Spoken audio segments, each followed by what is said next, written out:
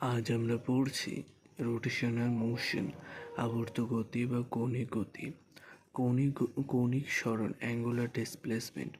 কোনো ঘূর্ণনশীল কণার প্রাথমিক ও অন্তিম অবস্থান দুটি গতিপথের কেন্দ্রে যে কোণ উৎপন্ন করে তাকে কণাটির কৌণিক সরণ বলে। এর একক হলো রেডিয়ান। এটি একটি ভৌত রাশি। কোণের পরিমাণ রেডিয়ান হলো এসআই পদ্ধতিতে কোণের একক রেডিয়ান। কোন বৃত্তের ব্যাসার্ধের